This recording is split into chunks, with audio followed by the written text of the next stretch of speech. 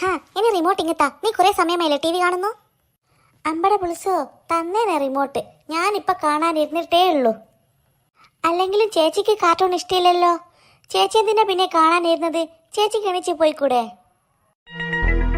ഹാ അത് തന്നെയാ പറഞ്ഞത്, നിന്നോട് റിമോട്ട് ഇങ്ങോട്ട് തരാൻ. എനിക്ക് കാർട്ടൂൺ കാണണ്ട, എനിക്ക് സിനിമ കാണണം.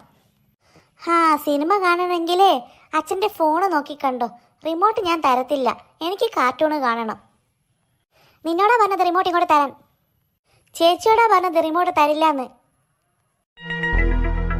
ആഹാ അത്രേ കഴിയോ നീ? എൻ്റെ കയ്യിൽ നിന്ന് വെറുതെ തല്ല് കൊള്ളണ്ടോ. നിന്നോടാ പറഞ്ഞത് തരാൻ തരാൻ തരാൻ. എടി പൊട്ടി ചേച്ചി, നിനക്കെന്താ ചെവി കേൾക്കില്ലേ?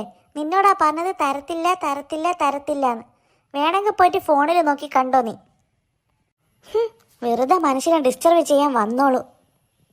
ഹോ അവളുടെ നാശം പിടിച്ച കാർട്ടൂൺ കാണിച്ചു തരാം നിനക്ക് ഞാൻ. അമ്മ ഇവളോട് ഈ റിമോട്ട് ഒന്ന് തരാൻ പറയോ? അമ്മ ഞാൻ കൊടുക്കത്തില്ല കേട്ടോ.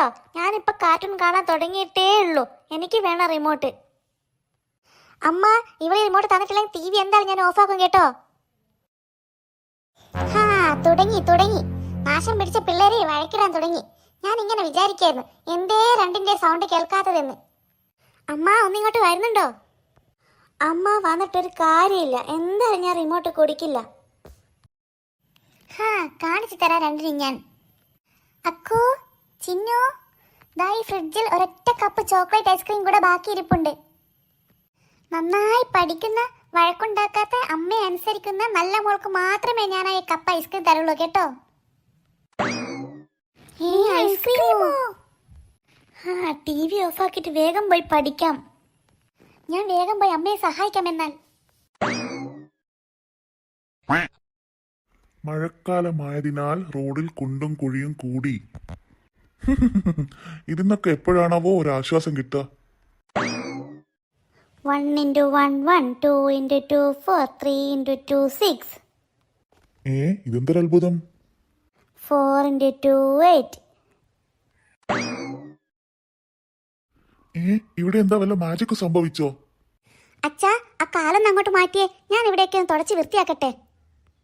അക്കു നീ തന്നെയാണ് ഈ പറയണത്? അതെ അച്ഛാ, ഇവിടേക്ക് ആകെ അഴുക്ക് പിടിച്ചിരിക്കുക. ഞാൻ ഇതൊക്കെ ഒന്ന് ക്ലീൻ ചെയ്യട്ടെ.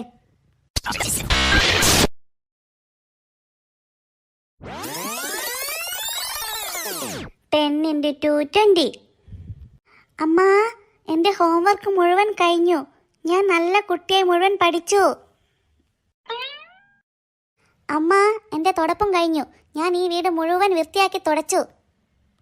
ഇവിടെ കാക്ക മലന്ന് പറക്കുന്നുണ്ടോ? എന്തൊക്കെയാണ് ഇവിടെ സംഭവിക്കുന്നത്?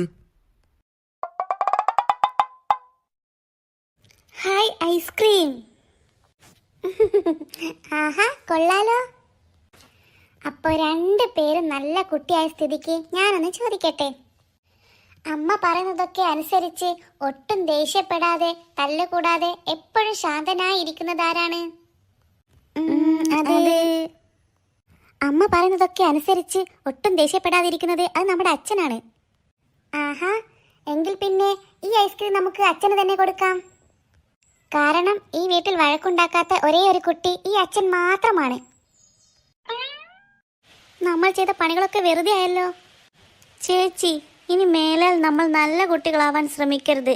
ഐസ്ക്രീം അച്ഛൻ കൊണ്ടുപോകും. ഇനി മേലാലേ 2 പേരും കൂടെ വഴക്കുണ്ടാക്കരുത് കേട്ടോ.